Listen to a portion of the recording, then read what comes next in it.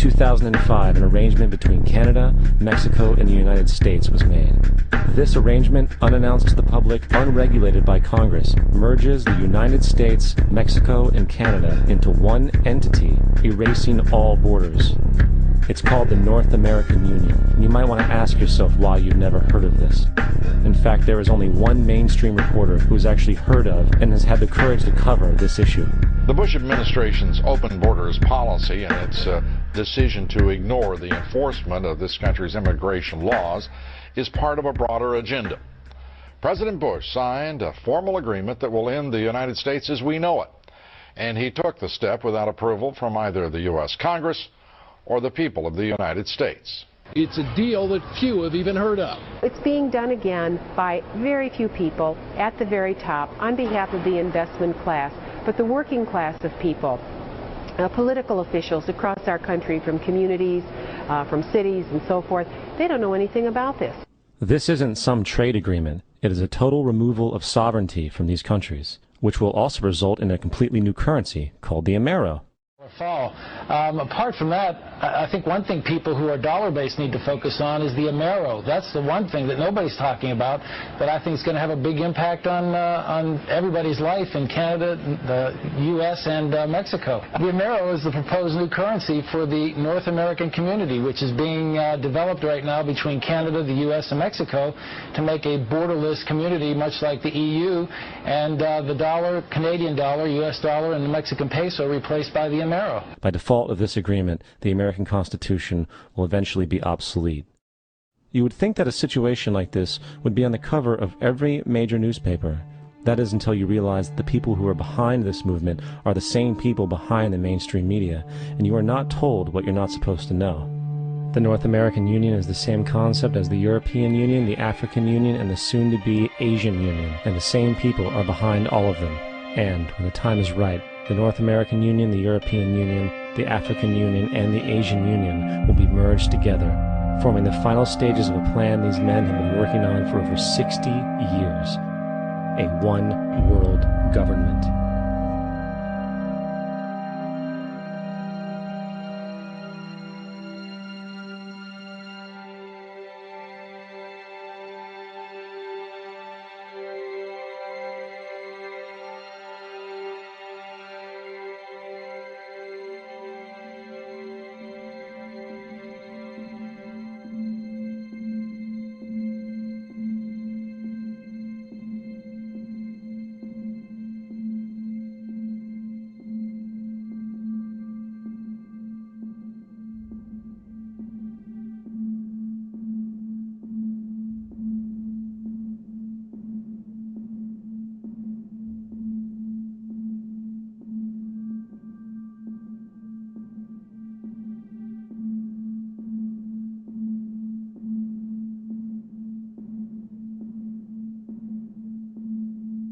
One bank, one army, one center of power. And if we have learned anything from history, it is that power corrupts, and absolute power corrupts absolutely. This is Aaron Russo, a filmmaker and former politician. To his left is Nicholas Rockefeller of the infamous Rockefeller banking and business dynasty. After maintaining a close friendship with Nicholas Rockefeller, Aaron eventually ended the relationship, appalled by what he had learned about the Rockefellers and their ambitions. I got a call one day from an attorney woman I knew, and she said, "Would you like to meet one of the Rockefellers?" I said, "Sure, I'd love to." And we became friends, and he began to divulge a lot of things to me. So he said to me one night, he said that there's going to be an event there, and out of that event, you're going to see we're going to go into Afghanistan, so we can run pipelines from the Caspian Sea. We're going to go into Iraq to take the oil and establish a base in the Middle East, and we're going to go into Venezuela and try and get rid of Chavez. And the first two they've accomplished. Chavez they didn't accomplish. And he said you're going to see guys going into caves looking for looking for people that they're never going to find. You know, he was laughing about the fact that you have this war on terror. There's no real enemy. He's talking about how by having this war on terror, you can never win it because it's an eternal war. And so you can always keep taking people's liberties away. And I said, how are you going to convince people that this war is real? He said, but the media. The media can convince everybody it's real. I mean, you know, it's just that you keep talking about things. You keep saying it over and over and over again, and eventually people believe it. You know, you created the Federal Reserve in 1913 through lies. You create 9/11, which is another lie. Through 9/11, you're fighting a war on terror, and now all of a sudden you go into Iraq, which was another lie, and now they're going to do Iran. You know, and it's all one thing leading to another, leading to another, leading to another. Now, I would say to them, what are you doing this for? What's the point of this thing? You have all the money in the world you ever want. You have all the power. I said, you know, you're hurting people. It's not a good thing. And he would say, what do you care about the people for? Take care of yourself and take care of your family. And then I said to him, what are the ultimate goals here? He said, the ultimate goal is to get everybody in this world chipped with the RFID chip, and have all money be on those chips and everything on those chips. And if anybody wants to protest what we do or violate what we want, we just turn off their chip. That's right, microchipped. In 2005, Congress, under the pretense of immigration control and the so-called War on Terrorism, passed the Real ID Act, under which it is projected by May 2008, you will be required to carry around a federal identification card, which includes on it a scannable barcode with your personal information. However, this barcode is only an intermediary step before the card is equipped with a VeriChip RFID tracking module, which will use radio frequencies to track your every move on the planet. If this sounds foreign to you, please note that the RFID tracking chip is already in all new American passports. And the final step is the implanted chip, which many people have already been manipulated into accepting under different pretenses. We have a Florida family who are really pioneers in a brave new world. They have volunteered to be the first ever to have microchip identification devices implanted into their body. After 9/11, I was really concerned with the security of my family. I wouldn't mind having something planted permanently in my arm that would identify me.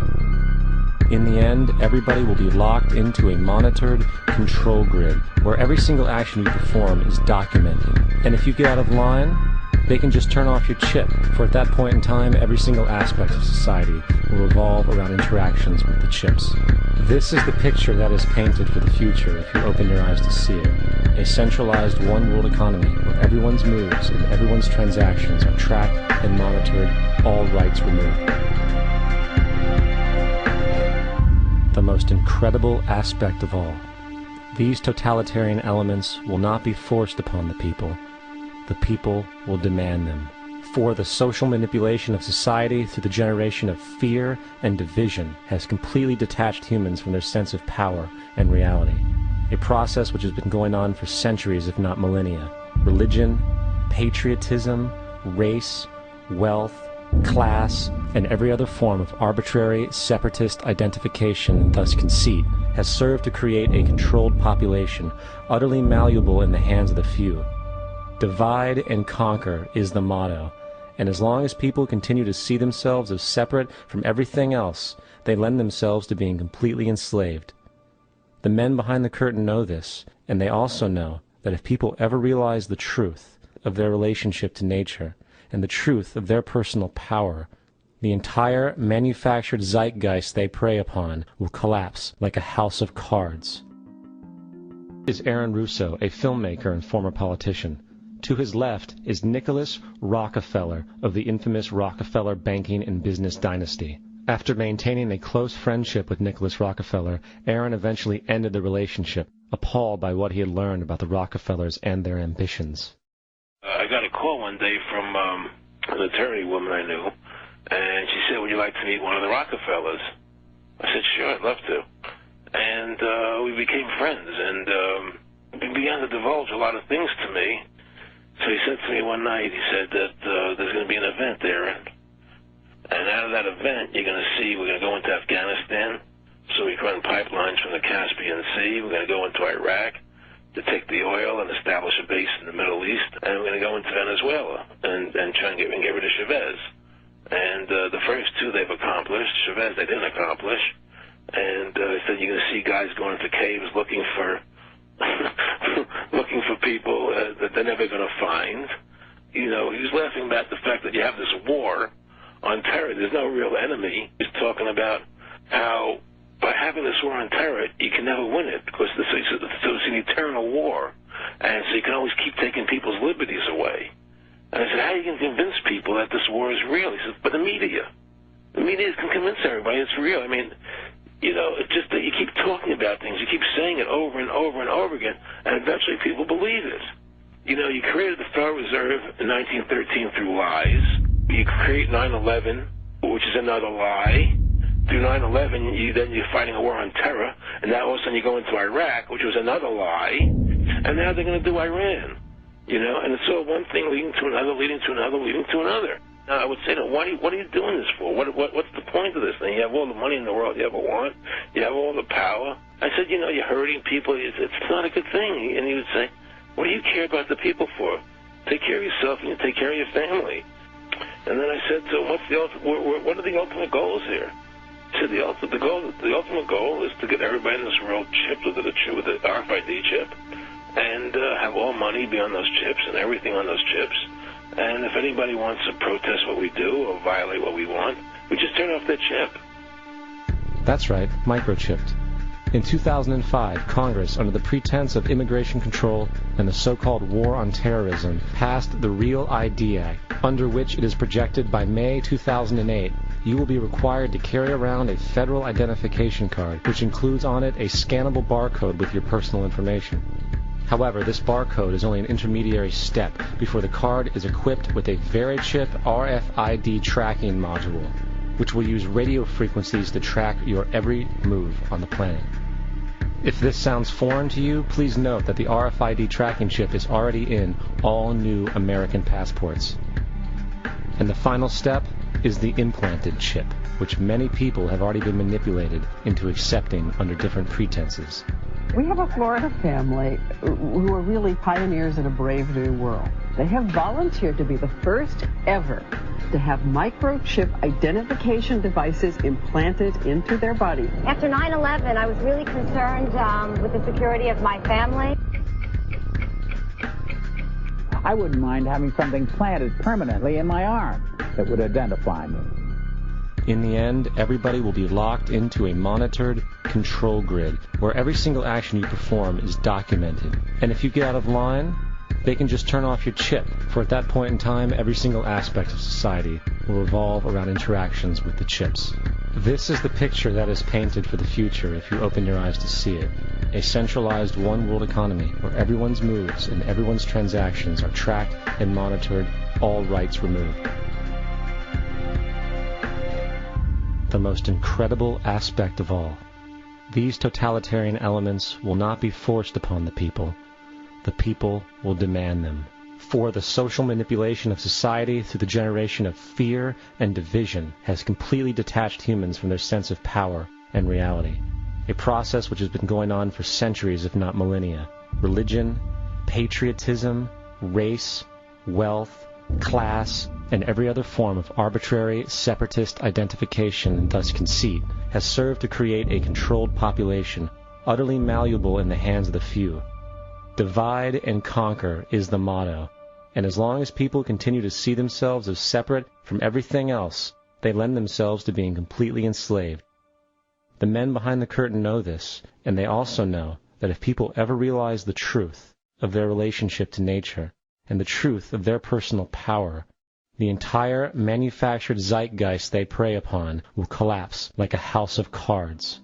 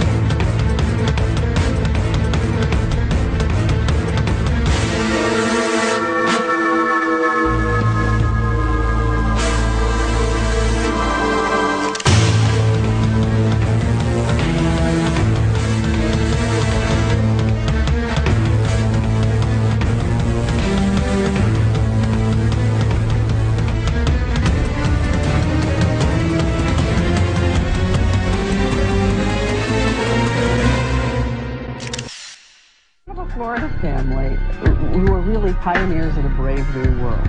They have volunteered to be the first ever to have microchip identification devices implanted into their body. After 9/11, I was really concerned with the security of my family.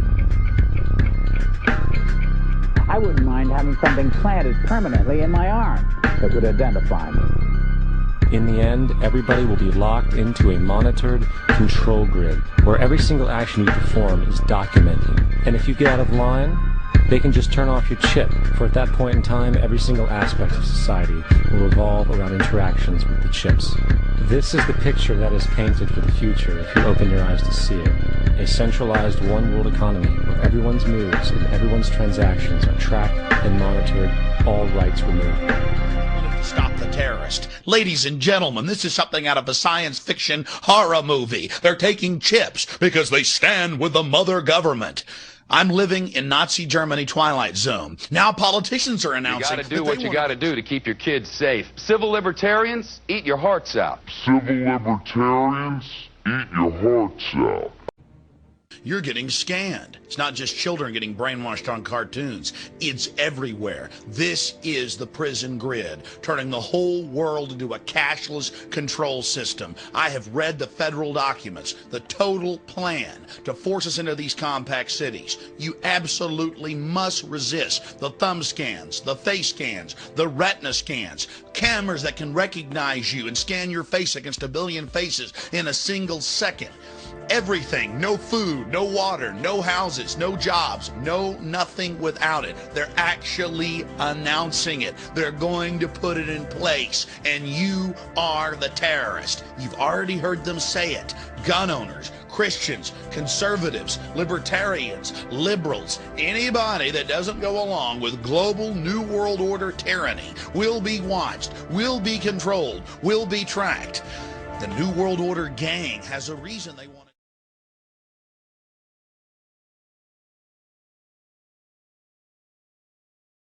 The implant microchip will store data information such as fingerprint, footprint, eye scan, DNA genotype, financial status, and personal history. No one will be able to buy or sell without it. One will identify the individual with the mark. Oh yes, the ID card will also be coded with numbers. And the number is 600 threescore and 6.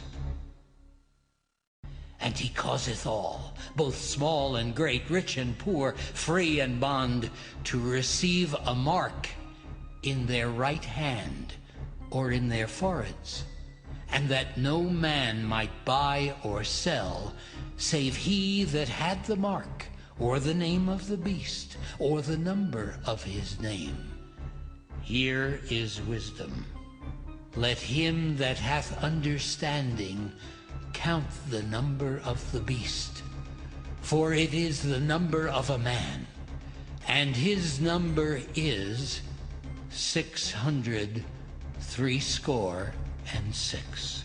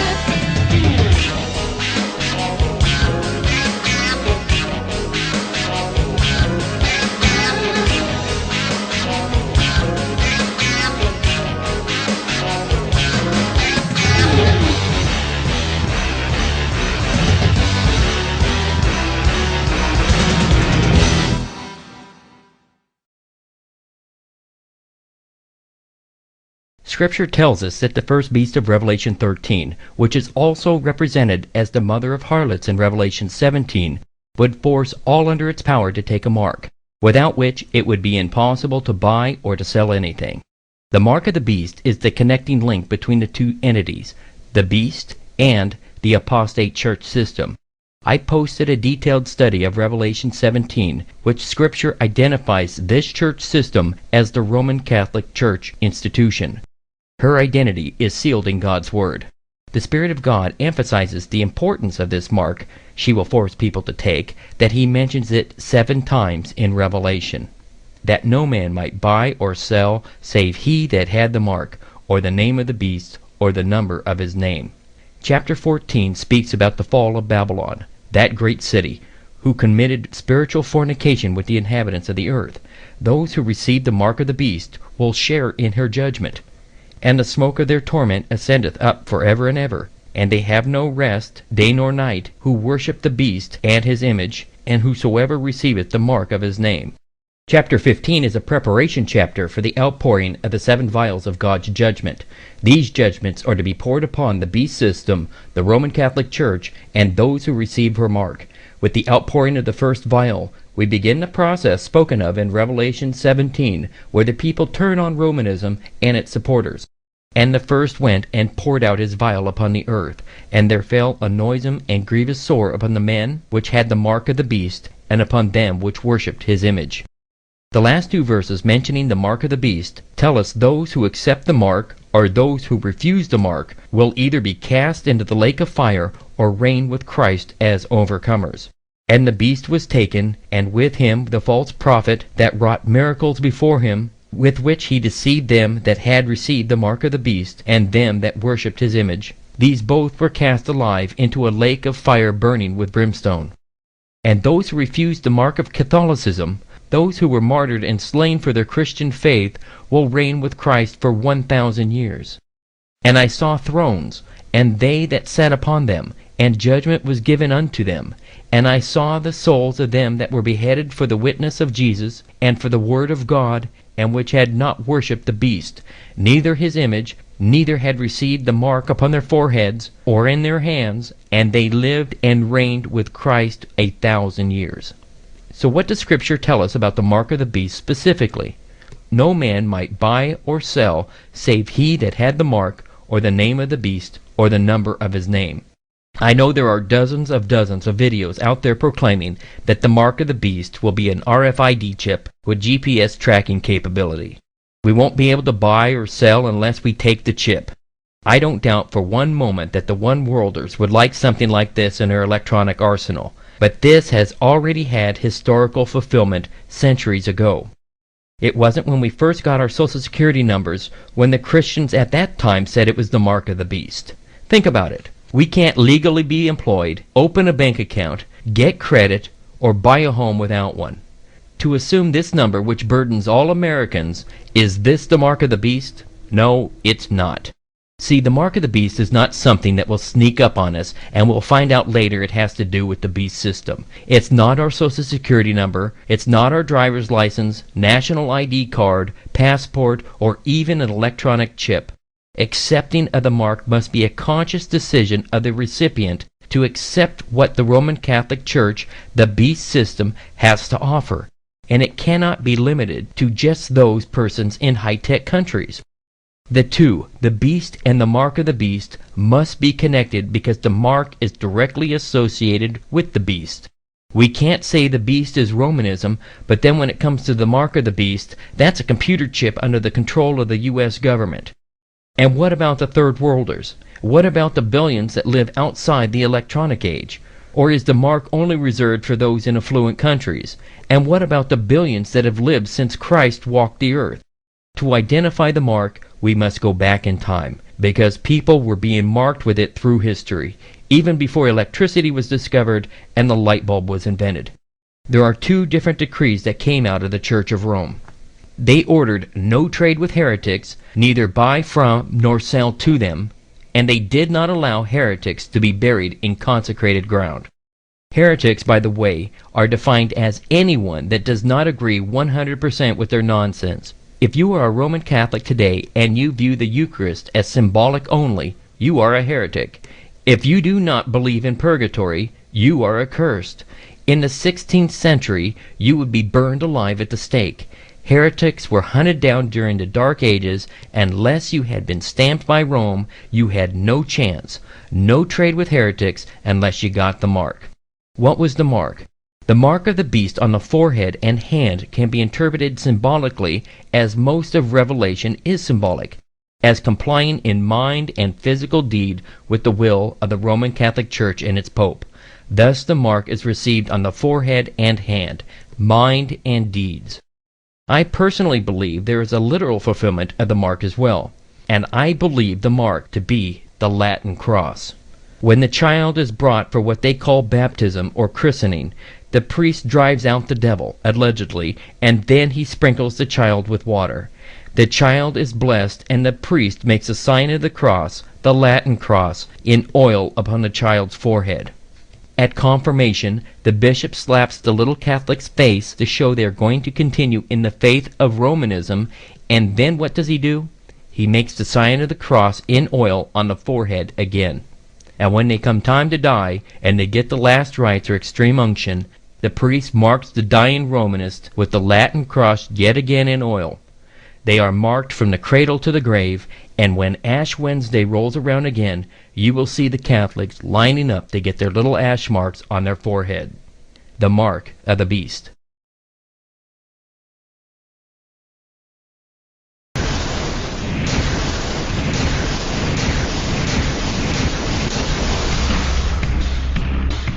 Collapsed to dust. You don't find a desk. You don't find a chair. You don't find a telephone, a computer. The biggest piece of a telephone I found was half of the keypad, and it was about this big. What happened to the concrete? The concrete was pulverized from river to river. There was dust, powder, 2-3 inches thick. The concrete was just pulverized. Reminiscent of those pictures we've all seen too much on television before, when a building was deliberately destroyed by well-placed dynamite to knock it down. If it had detonated, plans to take down a building. Boom, boom, boom, boom, boom. I heard a second explosion. There was a heavy-duty explosion. Then there was those secondary explosions and then subsequent collapses. An explosion blew and it knocked everybody over. To me, it sounded like an explosion. It sounded like gunfire. Bang, bang, bang, bang, bang. And then all of a sudden, 3 big explosions. We heard a big explosion coming down. And then the entire top of the building just blew up. We saw some kind of explosion. By the force of the explosions. Big explosion. Blew us back into the 8th floor. Then we get to the lobby. This is big explosion. The lobby looked as though a bomb had exploded there. A huge explosion now raining debris. It's been a huge explosion. Huge explosion that we all heard and felt. We just witnessed some kind of follow-up explosion. We heard a very loud blast explosion. The secondary explosion at Tower 1 camp. That is another bomb going off. He thinks that there were actually devices that were planted in the building. Planted in the building.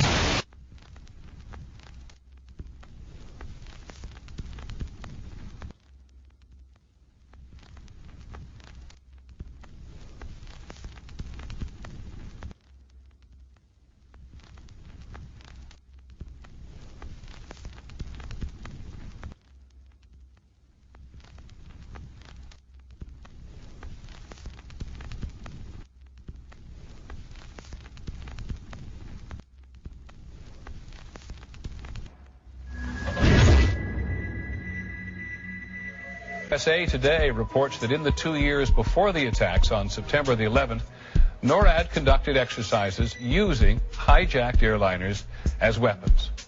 And one target was the World Trade Center.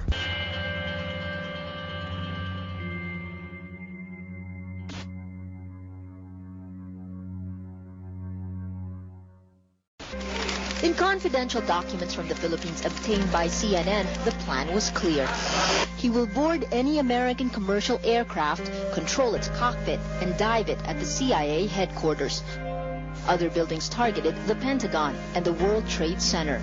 Security in counterterrorism was blinking red, in the words of George Tenet, that the warnings of an imminent attack were so severe that something dramatic should have been done. It was unparalleled.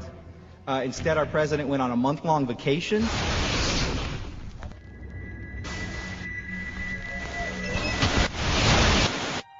Pancake theory, according to which the fires, while not melting the steel, heated it up sufficiently to cause the floors weakened by the airplane strikes to break loose from the steel columns, and this started a chain reaction. So you would expect then from that theory, which is the official theory, to see a whole stack of floors piled up on top of each other and then a spindle of core columns standing too. The core of each of the twin towers consisted of 47 massive steel columns. If the floors had broken loose from them, these columns would have still been sticking up into the air 1,000 feet.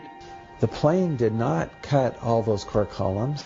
We designed the buildings to take the impact of the Boeing 707 hitting the building at any location. The building probably could sustain multiple impacts of jetliners.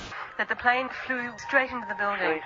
Through him, right. Yeah. So you're saying that the building was actually designed to cope with a hole like that and still survive? Yeah, it was.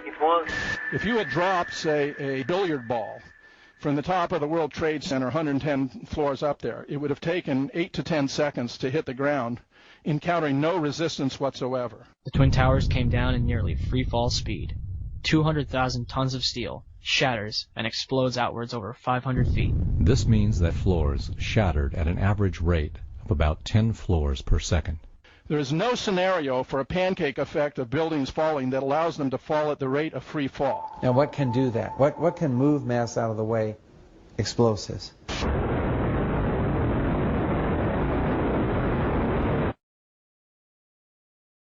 "47 huge steel columns going up the core, and they're interconnected. How do you get them to fail simultaneously so the core disappears?" It looks like those core columns were cut. The way we do this is by cutting the beam at an angle.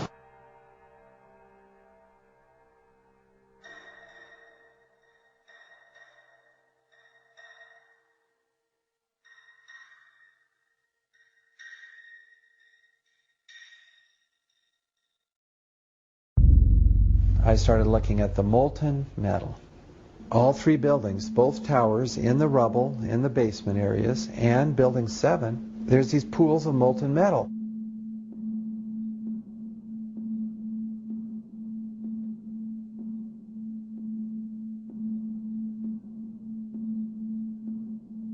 You'd get down below and you'd see molten steel running down the channel rails, like you're in a foundry. Like lava from a volcano. The molten steel was found 3, 4, and 5 weeks later, when the rubble was being removed. He said that molten steel was also found underneath World Trade Center 7. So I'm looking through the official reports. What do they say about the molten metal? They say nothing. Now, wait a minute. This is important evidence. So where'd that come from? Thermite is so hot that it'll just cut through steel, through structural steel, for example, like a knife through butter. The products are molten iron and aluminum oxide, which goes off primarily as a dust. You know those enormous dust clouds? You can imagine when you assemble these chemicals on a large scale.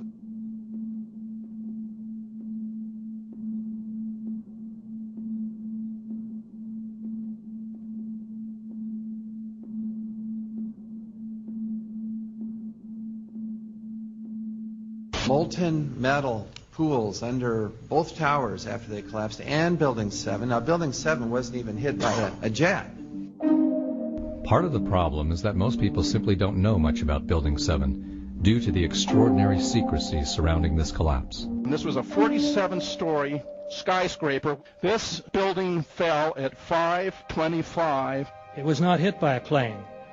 This building had fires on only 2 or 3 floors. And it was brought down by what we know was a controlled demolition. Demolitions, they look just like that. A kink in the middle, and then that building just comes straight down, almost at free fall speed. They first blow one of the central columns so the building falls in on itself. Building 7 had a classic crimp or wedge. Its central column was blown out first, so it didn't structurally damage buildings just a few feet away from it.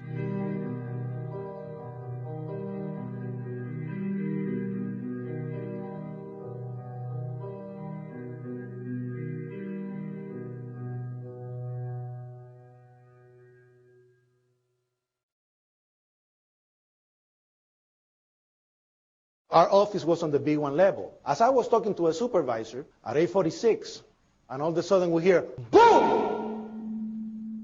An explosion so hard that pushed us upwards. And it came from the basement between the B2 level and the B3 level. And when I went to verbalize, we hear, boom! The impact of the plane on the top. As I'm walking by the main freight car of the building, in the corridor, that's when I got blown.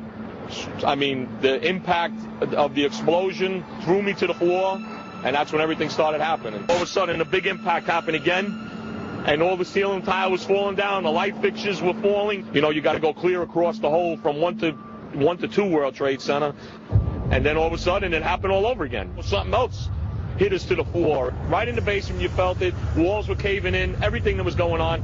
I mean, I know of people that got killed in the basement. I know of people that got broken legs in the basement. People that got reconstructive surgery because the walls hit them in the basement. Smoke, 105, 25. It's really there. It's black. It's iron. My wife thinks I'm all right. I called her and said I was leaving the building. I was fine, man. Bang. So 3 of us, 2 broken windows. Oh, God!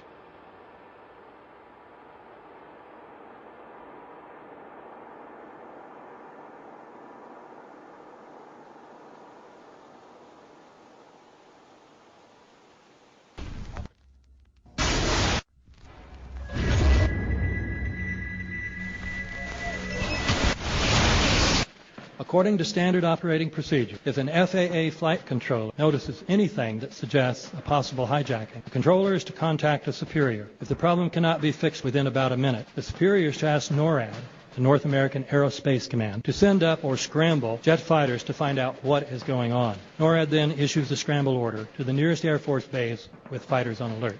But although interceptions usually occur within 10 or so minutes, in this case, 80 or so minutes had elapsed before fighters were even airborne. It's a mind-bending anomaly. Not a single U.S. Air Force interceptor turns a wheel until it's too late. There are no jets at all. What if they were so confused and had been so deliberately confused that they couldn't respond? The reason that they didn't know where to go was because a number of conflicting and overlapping war game exercises were taking place. It involved the insertion of false radar blips onto radar screens in the Northeast Air Defense Sector. Center Team U, we have a problem here. We have a hijacked aircraft headed towards New York. We need someone to scramble some F-16s or something up there to help us out. Is this real world or exercise? Is this real world or exercise? There was another exercise, Vigilant Warrior, which was, in fact, according to a NORAD source, a live-fly hijack drill being conducted at the same time. With only 8 available fighter aircraft, and they have to be dispatched in pairs, they were dealing with as many as 22 possible hijacks on the day of 9/11, and they couldn't separate the war game exercises from the actual hijacks.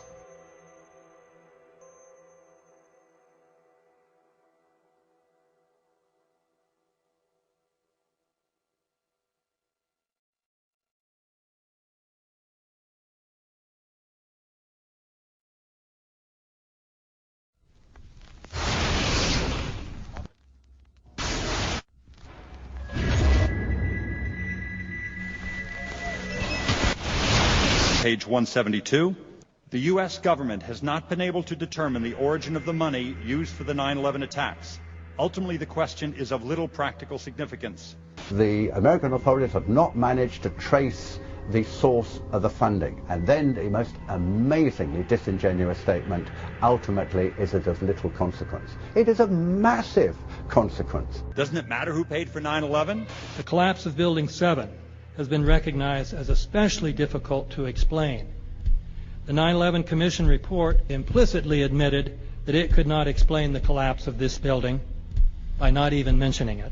President, why are you and the Vice President insisting on appearing together before the 9/11 Commission? Because the 9/11 Commission wants to ask us questions. That's why we're meeting, and I look forward to meeting with them and answering their questions. Why you're appearing together rather than separately, which was their request? because it's a good chance for both of us to answer questions that the 9/11 Commission is looking forward to asking us, and I'm looking forward to answering them. Let's see. Do you think they should be able to stand up and speak their own words? They should go under oath. They should be, yeah, in public.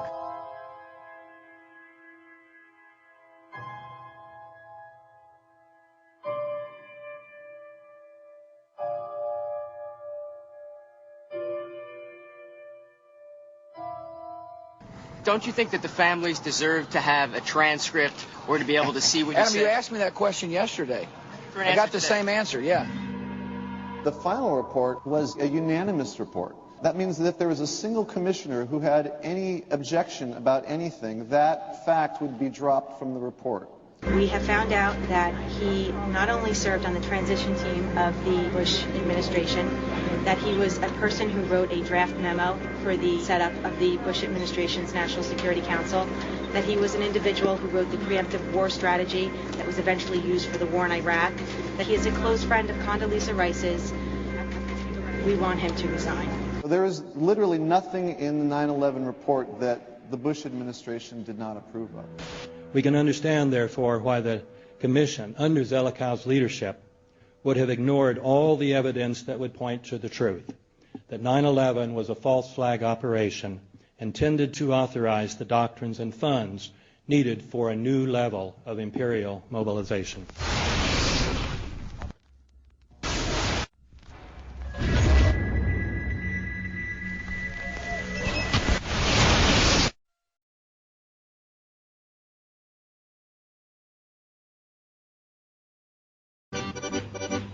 Armed with knives, armed terrorism, September 11th, global terrorism. September the 11th, terror. Weapons of mass destruction. September the 11th, terrorists. The evil terrorists, no. Terrorism. The words are hypnotically repeated. Terrorism, terrorist, terrorist threat, and of course, believed to be linked to Al-Qaeda.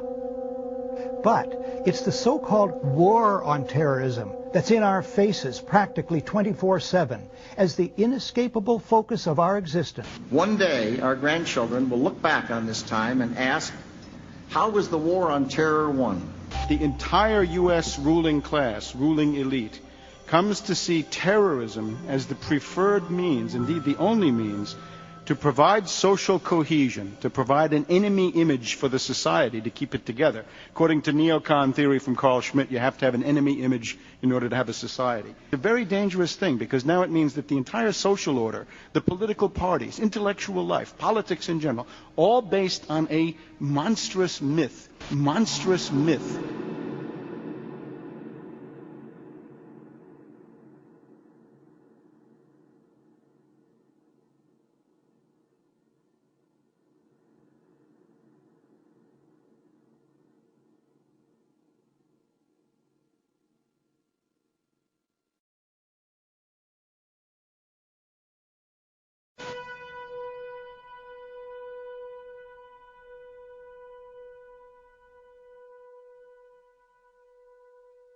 Look, the CIA has done in this country, what they've done to us is unbelievable. Look at the terrorist acts that have occurred. The CIA behind most, if not all of them. We had the Marine barracks. We had our embassy in Kenya. We had Pan Am 103. We had the USS Cole. We had Oklahoma City. We had the World Trade Center in 1993. That helped the terrorists blow up the World Trade Center the first time. They built the bomb. They got the driver's license. The informant, the informant, a fellow named Salam, a 43-year-old former Egyptian army officer, he was given the assignment to put the bomb together. And he went to his supervisor, his FBI supervisor, and said, we're going to put a dummy bomb in here, right? And the FBI supervisor said, no, we're going to put a real bomb. The FBI actually carried out the attack on the World Trade Center in 1993. They actually hired Ahmad Salam and paid him $1 million and gave him real explosives, a detonator, and told him to build a bomb and to give it to the foolish people that he was controlling to allow them to attack the World Trade Center complex. Unfortunately for them, there were only 6 people killed, not enough to pass the legislation. So what happened is 2 years later, April 19, 1995, down comes Oklahoma City Murrah building, 168 people killed. 1 year later, the anti-terrorism legislation that takes away many of our constitutional rights and civil liberties is passed.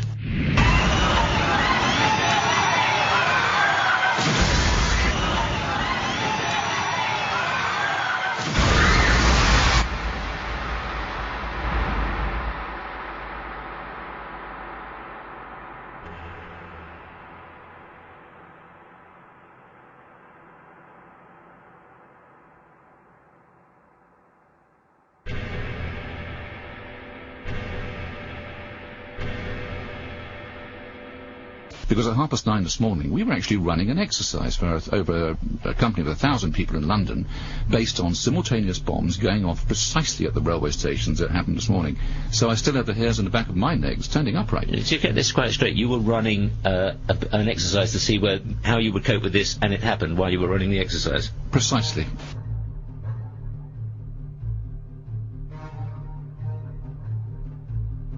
Supposed to believe is some kind of coincidence, there was also an anti-terrorist drill going on 7/7. And again, just like 9/11, they were talking about attacks on the same targets, the same kind of tube stations, and exactly the same time as the actual attack happened, providing some kind of cover for what must be operations orchestrated in some way by the state. The head of Pakistani intelligence at the ISI, Mahmoud Ahmed, requested Omar Sheikh to wire $100,000 to Mohammed Atta, who was the lead hijacker.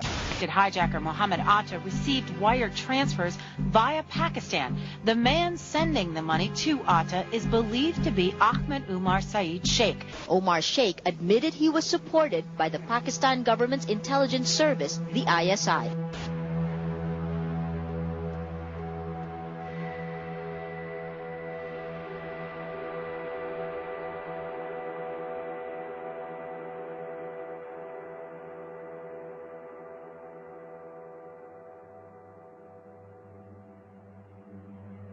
Although we are told that 4 or 5 of the alleged hijackers were on each of the flights. If so, their names should have been on the flight manifests. But the flight manifests that have been released contain neither the names of the alleged hijackers nor any Arab names whatsoever. We know that the men who were supposedly the hijackers had their houses, cars, credit cards paid for by the U.S. government. They were in truth agents. Evidence was also apparently planted. The passport of one of the hijackers on Flight 11 was allegedly found in the rubble.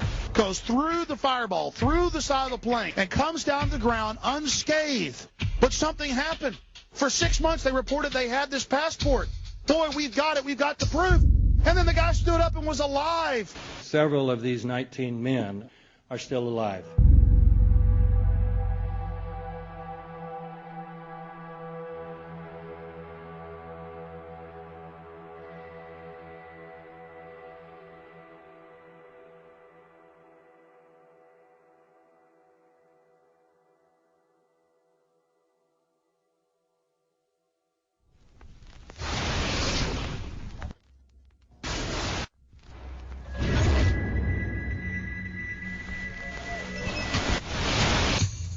Of course we're after Saddam Hussein. Bin Laden. He's January 2001. The Bush administration orders the FBI and intelligence agencies to back off investigations involving the Bin Laden family, including 2 of Osama bin Laden's relatives, who were living, guess where, in Falls Church, Virginia, right next to CIA headquarters. When he was already America's most wanted criminal, he reportedly spent 2 weeks in the American hospital in Dubai, was treated by an American doctor, and visited by the local CIA agent. We have not seen one piece of evidence that links Osama bin Laden directly to the planning stages of September 11th. This failure to provide proof was later said to be unnecessary because bin Laden, in a video allegedly found in Afghanistan, admitted responsibility for the attacks. This confession is now widely cited as proof. But the man in this video has darker skin, fuller cheeks, and a broader nose than the Osama bin Laden of all other videos. We again seem to have planted evidence. In 1976, Osama's older brother Salim bin Laden hired a man in Texas by the name of Jim Bath to handle all the investments in the United States for the bin Laden family. Jim Bath also happens to be a personal, almost lifelong friend and former Air National Guard pilot with George W. Bush. The connections between the Bushes and the bin Ladens become much more clear when George Herbert Walker Bush made trips to Saudi Arabia in 1998 and 2000 to meet with the bin Laden family on behalf of a company called the Carlyle Group.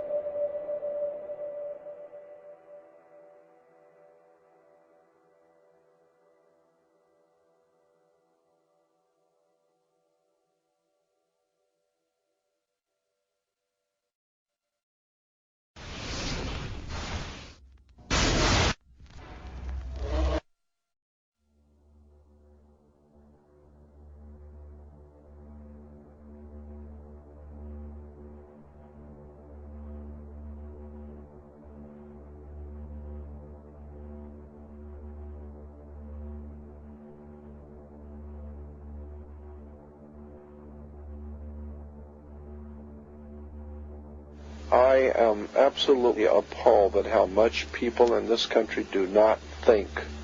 We are given to understand that, that an Arabic guy out there up in the mountains financed the most elaborate attack on this country. Do you think some people in a cave,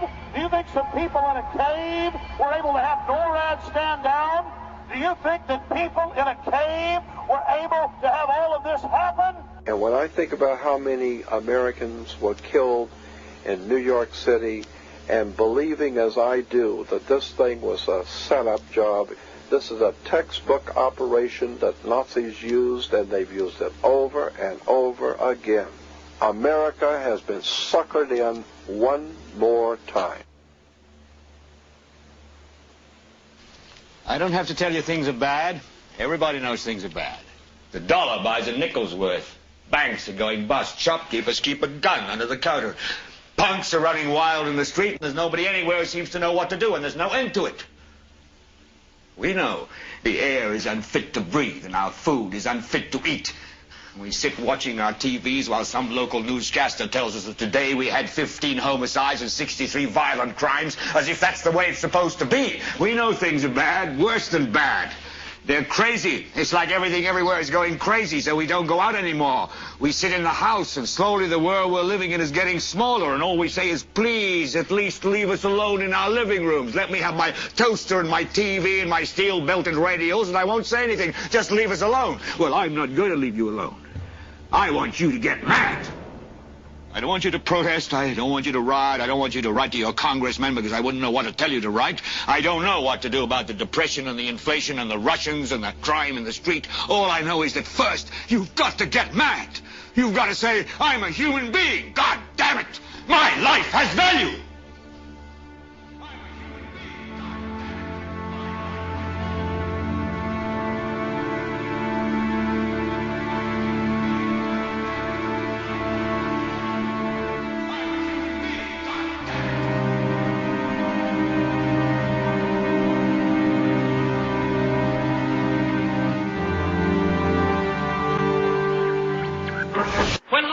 Commenced in Europe in 1939, it was realized that the American people had no intention of entering the war. But they believed that this country could be enticed into the war in very much the same way that it was enticed into the last one. They planned, first, to prepare the United States for foreign war under the guise of American defense. Second, to involve us in the war step by step without our realization. Third, to create a series of incidents which would force us into the actual conflict. These plans were, of course, to be covered and assisted by the full power of their propaganda. Our theaters soon became filled with plays portraying the glory of war. Newsreels lost all semblance of objectivity, and they have used the war to justify the restriction of congressional power and the assumption of dictatorial procedures on the part of the President and his appointees. A fear campaign was inaugurated. We cannot allow the natural passions and prejudices of other peoples to lead our country to destruction.